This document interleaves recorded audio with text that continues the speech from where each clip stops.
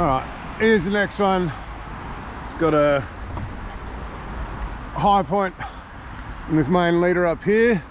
I need to go out and just get a few scraggly dead bits, tidy it up a bit, maybe a little overhanging branch, and then I got to come out to this one and get a few hangers, and then maybe we'll take this big stump down here. So I should be able to get all of that from this one point. If I just had to go out there, I'd just go up that point. If I just had to go out here, I'll go at that point. But trying to get them both from the one setup, and we'll see how this goes.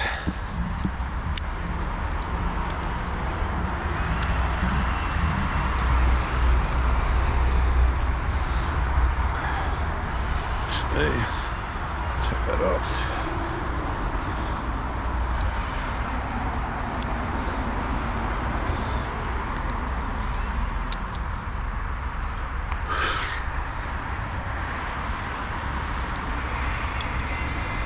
And take a drink before I go.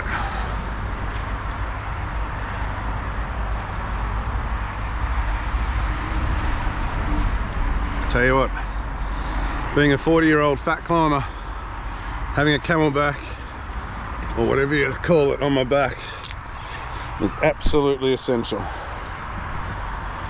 Oh, I love these foot ascenders, but it's just hard to get started.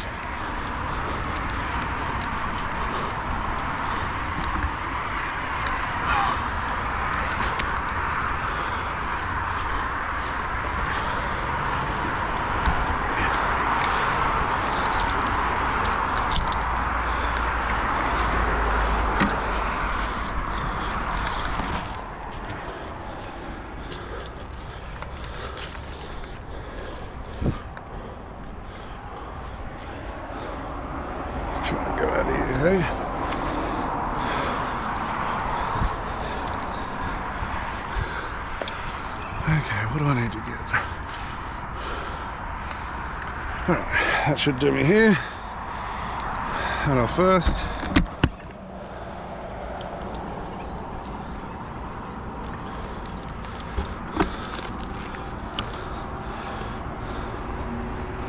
oh, and the puffing begins. Oh my goodness. Oh, that's Christmas.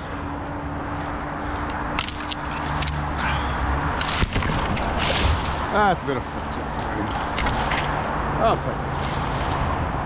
Alright, so I'll take this whole thing off, that whole thing off, this one, and we'll have a look up there. I might take this little one off here as well. So this is dead, that's a stub, it's alive. You know what?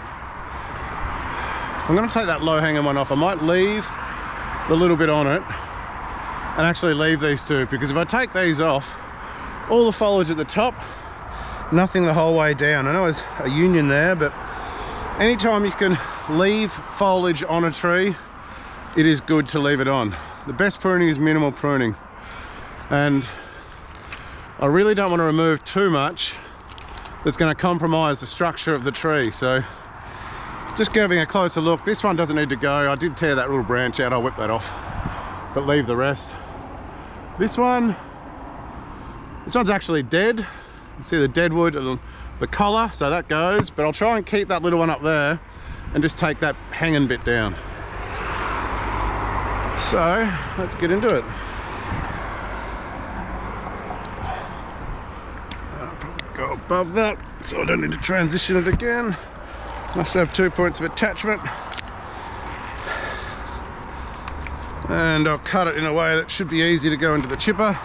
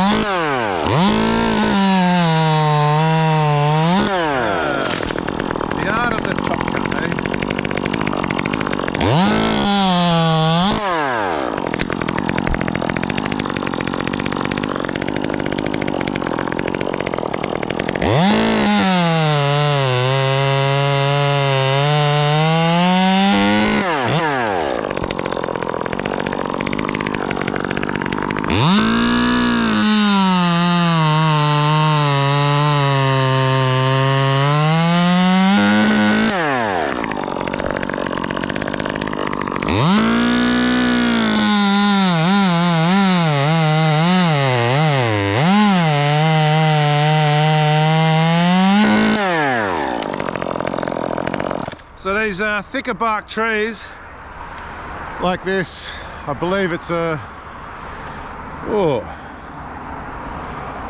let me know, tell me what you think it is. I believe it's a narrow leaf black peppermint, or Eucalyptus nicolai. Let me know if I'm wrong, but they've got kind of thick bark, so that union or that collar starts pretty deep. It's hard to tell with the thicker the bark, but that's closer than what it was originally, and I haven't hit any collar yet that I know of. So I think that's probably all right. Just go down and get this slightly smaller one.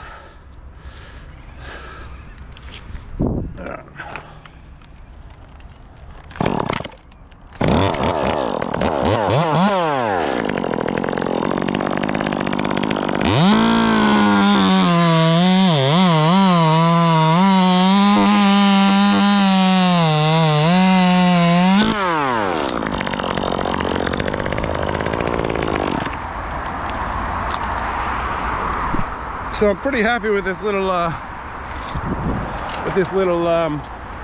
ripsaw. It cuts pretty good. I've got a kind of standard one I've modified a little bit myself that just ain't much chop. Should have just left it as factory, but this is a beast. The problem with it is I think they got too big for their boots. It took, I think it was 10 months to get to me. If I had known that, I wouldn't have bought it. I would have gone to a guy down in Tasmania that I've heard very good reports about, a guy named Built by Sean.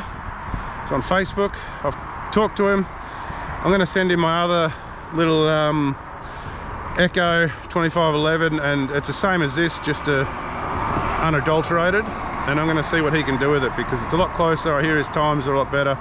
And I honestly have never heard a bad report, and he does a lot of saws, so I'm gonna go see what he's like. But as far as using this saw, it's immaculate, it's beautiful, it's powerful. I believe it's a 12-inch bar on it. However, I've got a 14-inch I'm gonna put on, just see how it goes. And then I'll probably have another smaller one for doing pruning works. So yeah, love the saw, love the power, love everything about it. But that 10-month wait time was just a bit much for me. So let's get into it.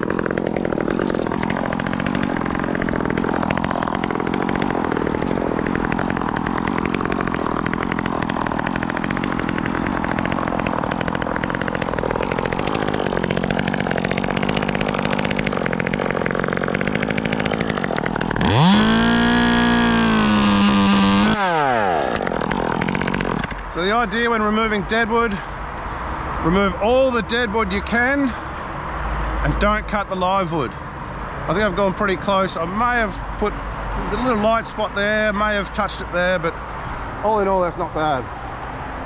Sometimes these collars, and I've seen them out in the country and trees that have just not been touched, the branch will die, and for a tree that retains its deadwood really well, for example, the viminalis, Eucalyptus viminalis, will hold on to its deadwood for years.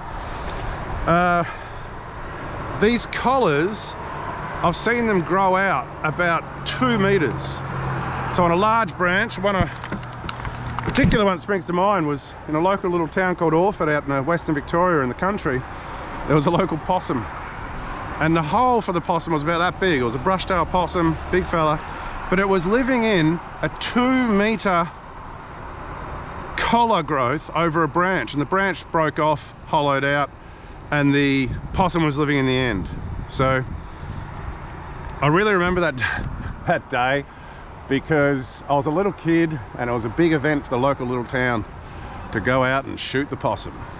A guy named Sid and his little dog Farty and their old Kingswood ute went out there, and a couple of families went out because it was a big event, and they got rid of the possum. That's growing up in country Victoria about 30 years ago was like. Alright, so I'm going to get this little dangly one down just because it sticks out like dog's balls. And I'll leave this one on. It's the only green one here that I can leave on. And I'll reach out and I'll actually, yeah, that's live, so I can cut it back, not back to the trunk, I can cut it back to there. Alright, let's get up here.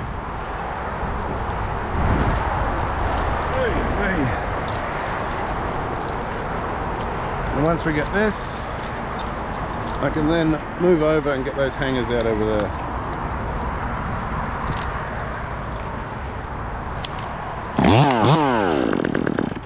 Ah, you bugger.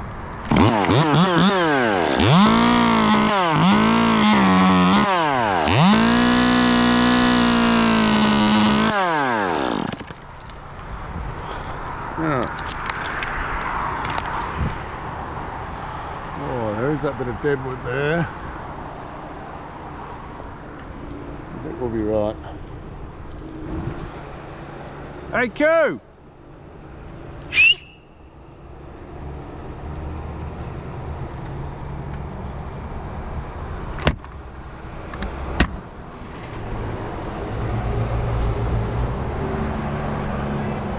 You want me to get any more? You want any more off?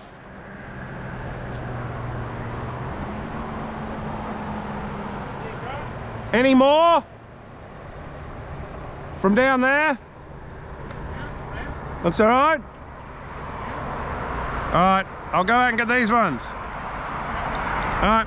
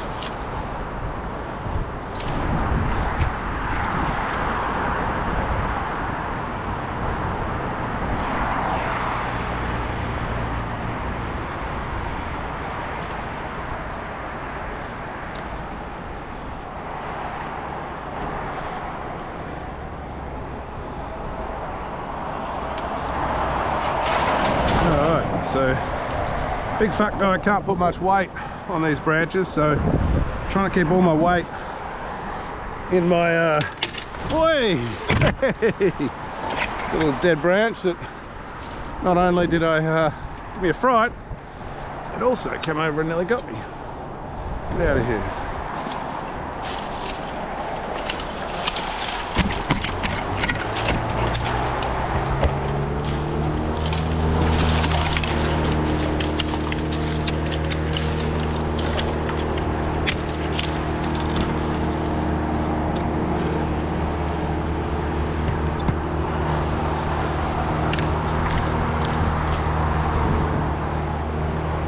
So this is a tiny branch, but I can put my weight on it because I've got all my weight in the line here. So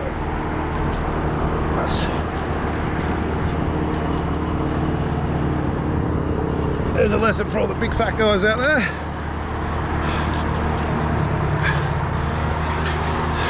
Alright, so I'm just going to come out the back here, I think.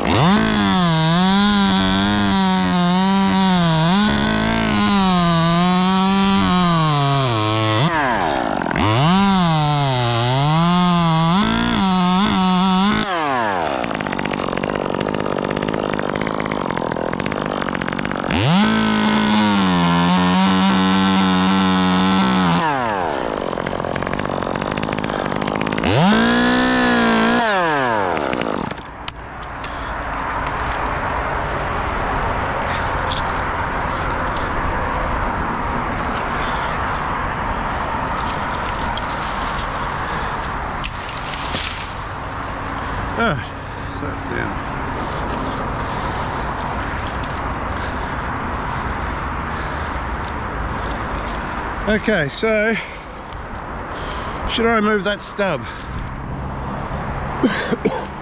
Should I remove this stub? It's got little branches growing off it. This is the end of the world.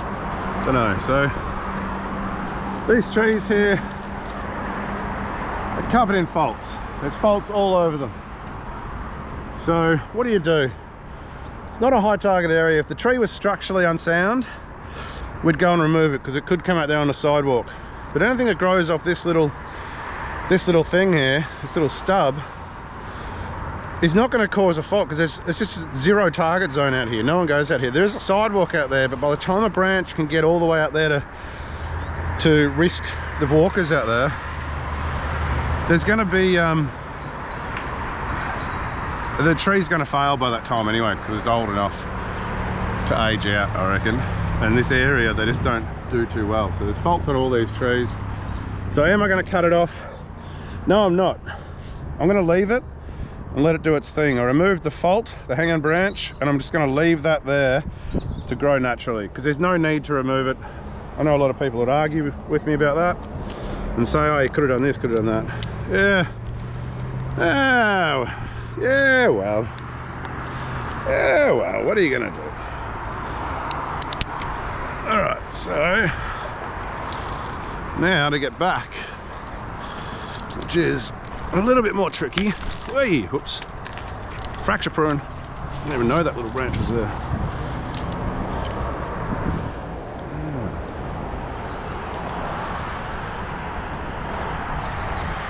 Okay, so I want to swing back in without hurting myself. There's a couple of ways I can do it.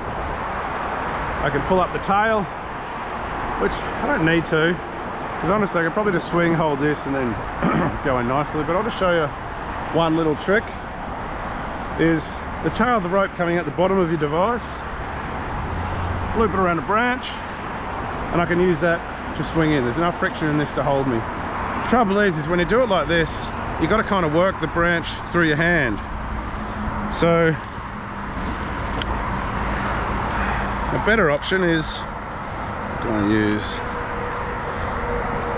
You just grab a spare carabiner, which I don't have, but I'll use this one. Just put a carabiner, pardon me, pardon me. I usually edit my coughs out. So it's just a spare carabiner that I have, and there's usually enough friction in this here to stop me swinging fast. So if I just let go and don't hold it, that's how fast it goes. Depending on the branch, of course, and I find I have to feed it through. So I don't really need to do it here. And I've got myself in a bit of a tangle doing it, but it just shows you ways of going from tree to tree. And then all I need to do, once I'm back here, is unclip it from my harness, put this back here, and I should, provided nothing gets tangled, be able to just pull that loop back over. And sometimes you do that and your loop gets tangled and you gotta go back out, but not this time. So that's all we're doing here today. And again, I did leave that stub at the back. A lot of people will debate that.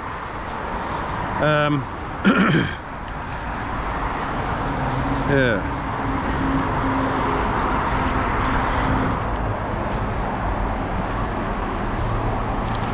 So we're gonna get a rope with this. I think I could throw a line in it.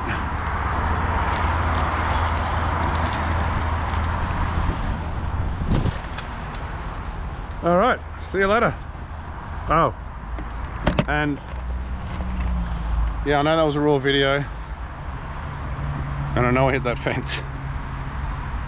I actually completely didn't think that branch was long enough to come down, stand up, and fall over. I'm a reasonable tree climber, but I'm an excellent fencer.